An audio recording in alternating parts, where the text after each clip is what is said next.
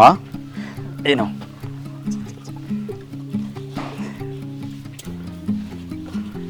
Wow, খুব সুন্দর লাগতেছে। তোমার সাথে এই কাজটা খুব ভালো মানাইছে।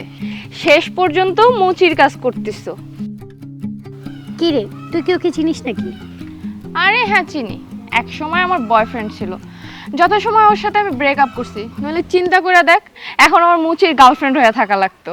ও মাই গড, সিরিয়াসলি তোর মতো একটা মেয়ে এই ছেলের সাথে রিলেশন করেছে? তোর বাবার এত টাকা, সেই তুই কিনা এরকম একটা ফকিন্নি মার্কা ছেলের সাথে রিলেশন করেছিস?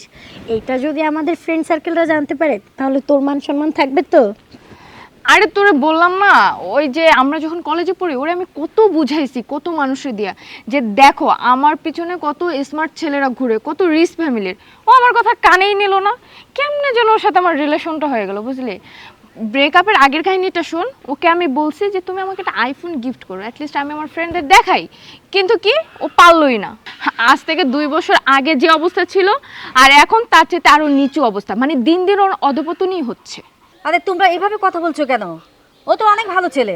ভালো ছেলে না সাই, যে কিনা তার গার্লফ্রেন্ডের চাহিদাই মেটাইতে পারে না, কি লাগবে কোথায় যাবে একটু কি সে পারে না, তাহলে সে কিসের ভালো ছেলে? হ্যাঁ, গার্লফ্রেন্ড হয়ে তার কাছ থেকে আমার চায় সব কিছু নিতে হবে? ভালো হইলে না গার্লফ্রেন্ডের সব চাহিদাই পূরণ করতো। কি ব্যাপার, পানি খাবা বলে এখানে দাঁড়া আছো আর আমি তোমাকে সব জায়গায় খুঁজতেছি? ও আচ্ছা, চলে আসছো। চলো তোমার সাথে একজনকে পরিচয় করে দেই। ও হচ্ছে আলিফ। ওর প্রফেশনটা বলে, ও হচ্ছে জুতা সেলাই করে, মানে মুচি, আমার এক্স। আর আলিফ, ও হচ্ছে আমার প্রেজেন্ট বয়ফ্রেন্ড আরিয়ান। ওর কথা কি বলবো, ওর বাবা এতটা রিচ যে তোমার কল্পনার বাইরে। ওর চলাফেরা এতটা হাই লেভেল যে তুমি কোনোদিন চিন্তাও করতে পারবে না। কাম অন মাহি, তোমাকে আমি কতবার বলছি যার তার সাথে আমাকে ইন্ট্রোডিউস করাবো না। বাই দ্য ওয়ে, ওই কি তোমার সেই বয়ফ্রেন্ড যে তোমাকে সামান্য একটা অ্যাপেল ফোন গিফট করতে পারে নাই? হ্যাঁ, ইনি সেই mister Alif. Wow Mahi, Khan group of industries থেকে সিওর নাম্বারটা চলে এসেছে। ও আচ্ছা, তাহলে দেরি করতেছিস কেন? এখনই কলটা দে, ওরা দেখুক আমরা কাদের সাথে চলাফেরা করে। এক্ষুনি দিচ্ছি, দাঁড়া।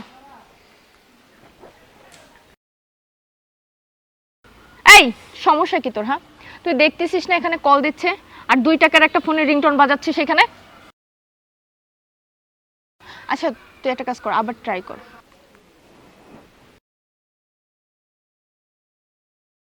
আরে তোর এই রিংটোনটা অফ কর তো, বলছে না ইম্পর্টেন্ট একটা কল দিচ্ছে। Important call?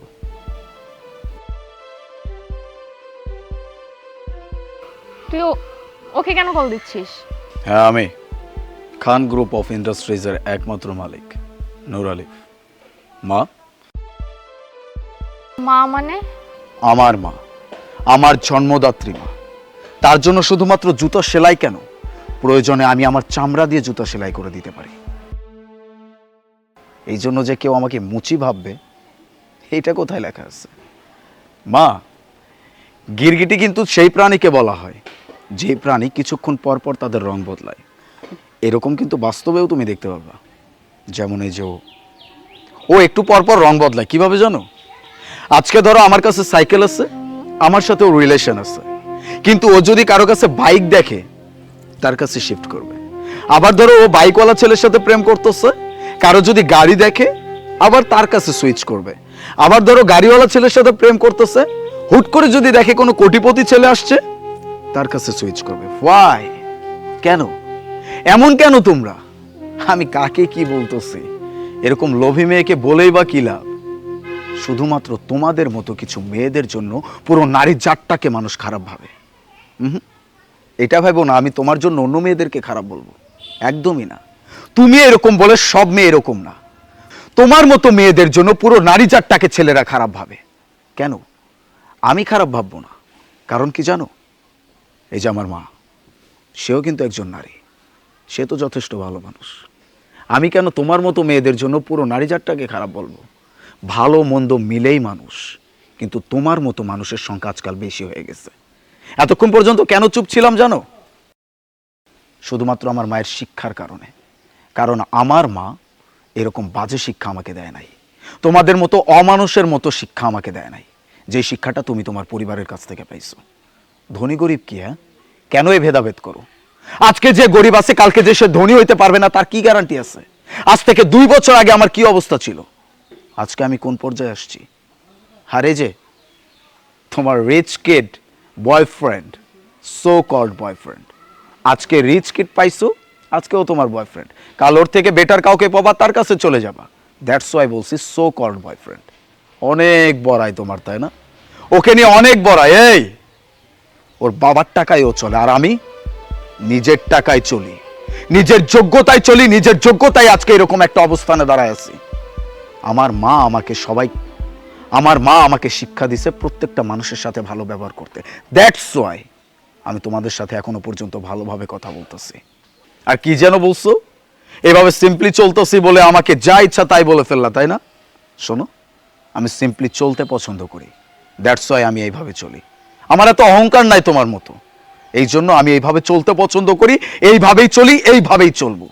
আর হ্যাঁ, নাম্বারটা ঠিকঠাক আসছে, কিন্তু ভুল করেও আমার কোম্পানিতে যেও না কিন্তু, কারণ তোমাদের মতো এরকম অমানুষ কুকুর আমার কোম্পানিতে কোনো জায়গা নেই। আমি আবার কুকুরদের সাথে এত বেশি কথা বলি না। আমার মা আমাকে বলছে, কোনো কুকুর যদি তোকে কামড় দেয়, সেই কুকুরকে আবার তুই কামড়াইতে যাস না, তাহলে সেই কুকুর আর তোর মধ্যে পার্থক্য থাকবে না। মা,